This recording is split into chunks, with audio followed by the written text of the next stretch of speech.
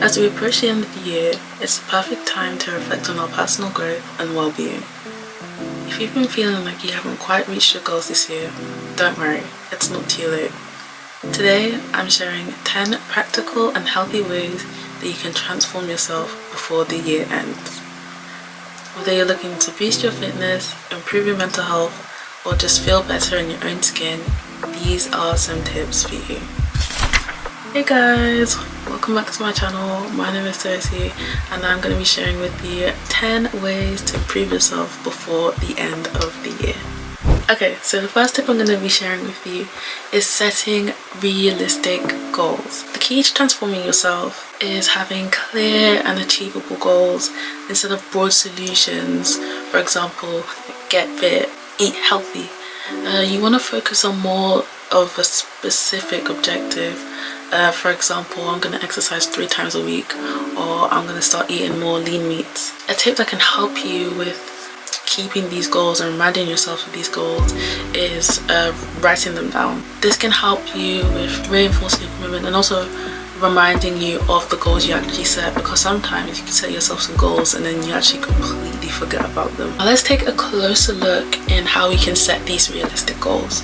So I want us to use the method SMART, which I know a lot of you have heard about in school, but it's a really good methher and it can be applied to setting yourself goals to improve yourself in 2025.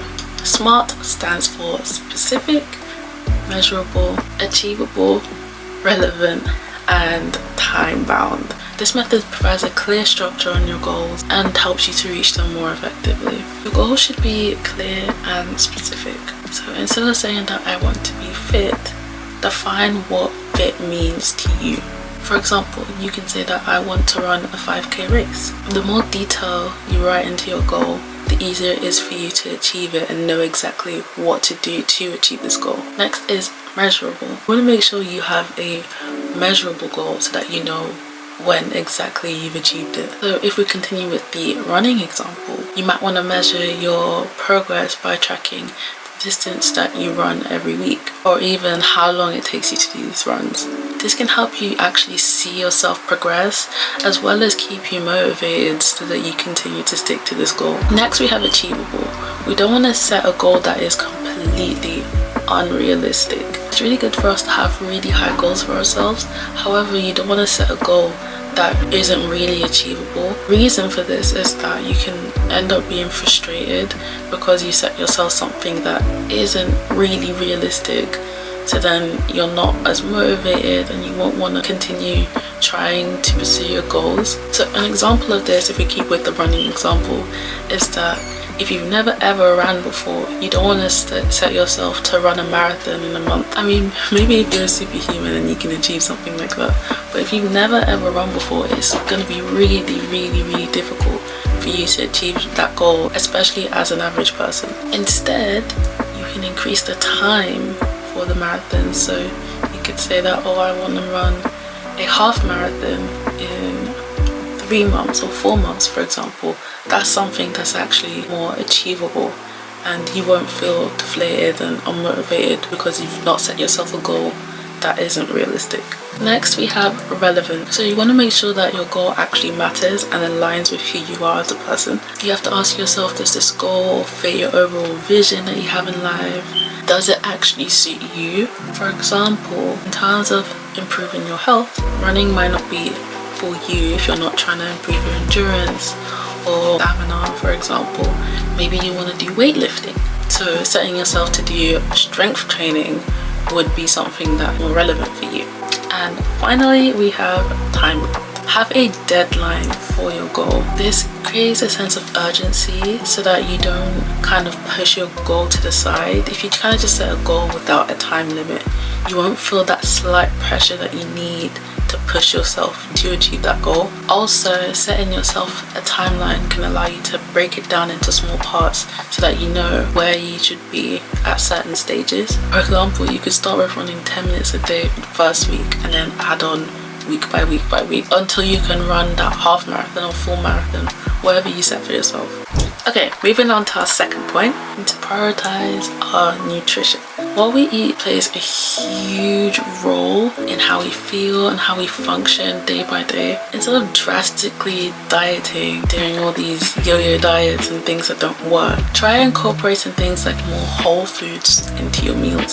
So for example, fresh fruits, vegetables, lean meats, whole grains. To help with this, you can try meal prepping. This allows you to have set meals for the week so that you're not stressed and worried about what you're going to eat, and you're also less likely to do something like order a takeaway because you're tired.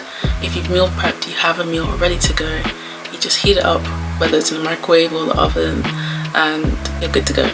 And also don't forget to stay hydrated. Water is so important. We're supposed to be having about 8 glasses of water a day, which is 2 liters a day, I believe. And if you're someone that struggles with drinking water, you can even add some fruit to add a little bit of flavor so that you drink more water. Moving on to our next point, get moving. Move around, move your body, do some exercise. Physical activity is really important for not just your physical health, but it also helps with your mental health as well. So find something that you enjoy.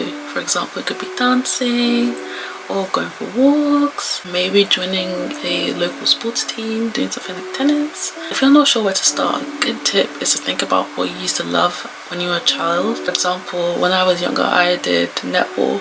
If I wanted to try a new local activity, I would look for netball as a start. And then with incorporating an activity that you love, it actually allows you to enjoy the process of moving around instead of just forcing yourself to do something like the gym because that's what everyone does and that's what you think you should do. You don't necessarily have to join the gym to get yourself moving and to be fit and healthy. Another thing I'd like to add is don't forget about strength training. Strength training can be really fun, and it also really helps with your health as well, more than people think. I feel like there's more of a focus on doing things like cardio. I feel like strength training is really important in terms of like your muscle health. Okay, point number 4 is connect with others around you. Building and maintaining relationships with people is good for our emotional health. Try reaching out to friends or family that you haven't talked to in a while. That could be through phone call, text message, going out to grab a coffee, doing a small activity, even just like a meeting online through like Zoom or FaceTime. This can help to support you, but not only that, it can bring you a lot of joy and happiness. Briefly bringing back the previous point, if you do join a local club, that's also a way that you can connect with people and socialize as well. So the 5th point is prioritizing sleep. Quality sleep is really important for physical health as well as mental clarity. You should be aiming for about 7 to 9 hours of sleep every single night. If you're someone that struggles with sleeping, try to organize a bedtime routine to help you wind down and relax. So this could be like turning off your phone before you go to bed, or maybe doing some exercise to make you tired a couple of hours before you sleep, or having a bath, listening to calming music, reading a book. So many things you can do to help you feel more tired so that you do fall asleep earlier and get more sleep. Also, key and really important is that you need to make sure your environment is actually sleepable. So having a good mattress, a good pillow, making sure your room is actually dark or like the lights are like dim near your bedtime so that you start to slowly get into like a sleepy kind of mood. Also avoid things like caffeine because they can impact your quality of sleep and also just not make you tired when you want to actually sleep. Well-rested mind is more focused and productive. It makes it much easier for you to actually tackle your goal. And number 6, which a lot of you may not like to hear, but you should limit your screen time. It's really hard today in our digital world to switch off the phone, and we spend a lot of hours, myself included, scrolling through TikTok, watching videos, doing lots of things on screens, whether it's on our computers, phones, tablets, any device. We spend a lot of time staring at screens all day, and it can be really bad for mental clarity and mental health as well. Try having a digital detox day, or if you can't do that, a few hours of the day that you used to spend on your phone doing something else instead. And if you really struggle, you could try just deleting the apps for a day. During this time, instead of spending time staring at the screen, you can do some activities or hobbies. For example, reading a book, walking your dog, maybe going out and socializing. It can actually help you to reclaim your time, because when we spend a lot of time on our screens, time goes really fast and you find that you don't have time to do anything. But if you notice, when you put that screen down, you find that you actually do have time for these things. You've just spent most of your day on your device. We have to remember that we do actually have a life beyond our screens, and it is difficult to do that in this day and age. However, whatever time you can fit and dedicate to not being on your screen, be sure to put that screen down and enjoy the real world. 7 is embrace learning a new language, or learning how to knit or crochet, or you can even join a course if you are like into education and you want to expand your mind. Plenty of websites that you can go to, even here on YouTube. Just a quick search and it can help you to learn and improve on hobbies. Setting some time aside each week to learn and embrace a new hobby is not only just fun, but it's actually great for giving you a sense of accomplishment and achievement. You can even do this with a friend and help to motivate each other to learn and grow. On to our 8th point, that is skincare routine. Now, having a good skincare routine is crucial, and I know we probably all know that by now. We've heard it over and over again. Skincare. But taking care of your skin can really boost your confidence, and you don't need a complex 20-step routine. You just need the basics. Just cleanse, moisturize and protect your skin. It's a simple face wash, moisturizer and some sunscreen, and you're good. The simpler the routine, the better it actually is for your skin. Also, think about your actual skin type. Like, if you have dry skin, you don't want to be using a cleanser that's for oily skin, or you can end up drying out your skin even more. Make sure to check the labels and read what you're actually picking up. Don't just pick up whatever you see trending, because it might not work for your skin. And remember that what works for one person may not work for you. Be on the lookout, find something that works for you, your skin, and then tailor a routine that fits you, not just what you see on the internet, because then you can end up ruining your skin. And that's something that happened to me when I was a lot younger. There were some ordinary products that were trending and my skin was perfectly fine.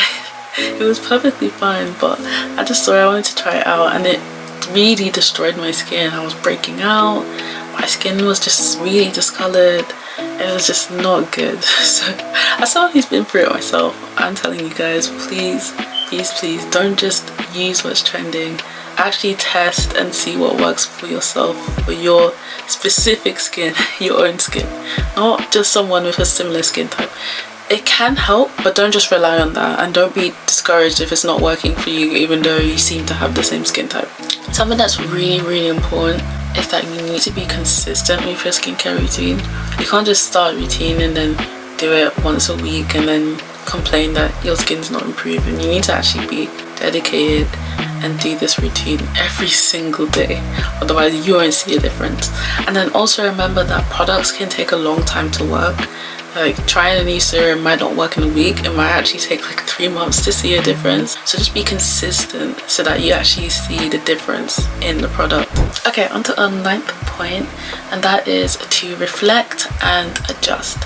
So when you set yourself these goals and you're starting to work on them, take some time to reflect and see what you achieved, what went well, what didn't go well.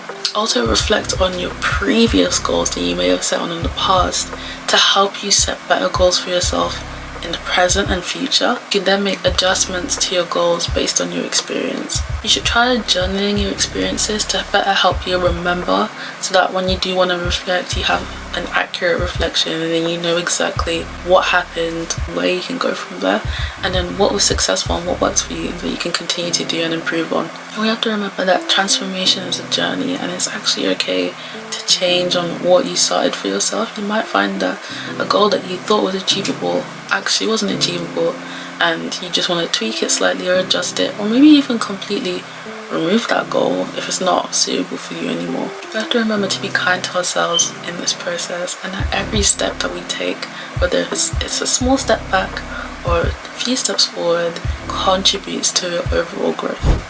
Finally, our last point is Stop comparing yourselves to others. In today's age, it's really easy for us to compare ourselves to other people, especially when scrolling through social media, and even in our everyday lives. We can find ourselves focusing on what other people have achieved and thinking, oh, I'm at this age and I've not reached the level of success as someone else who's younger than me. We find ourselves comparing and bringing ourselves down. But we have to remember that everyone's path is different, and what someone else's journey looks like may not be what your own journey looks like. I think the first thing that we need to remember is that social media isn't always what it looks like.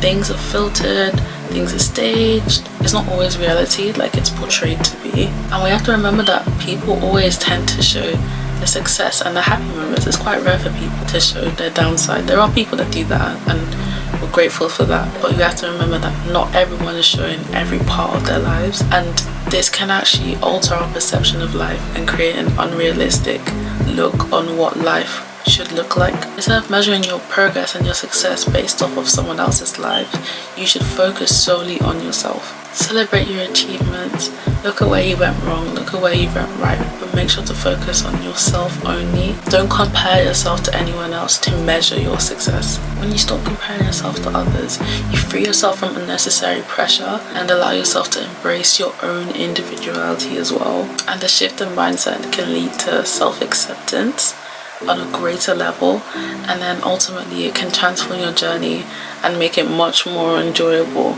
Remember that you are enough and just as you are, and you don't need to compare yourself to others or to achieve certain things in a certain time frame. Your journey is valid.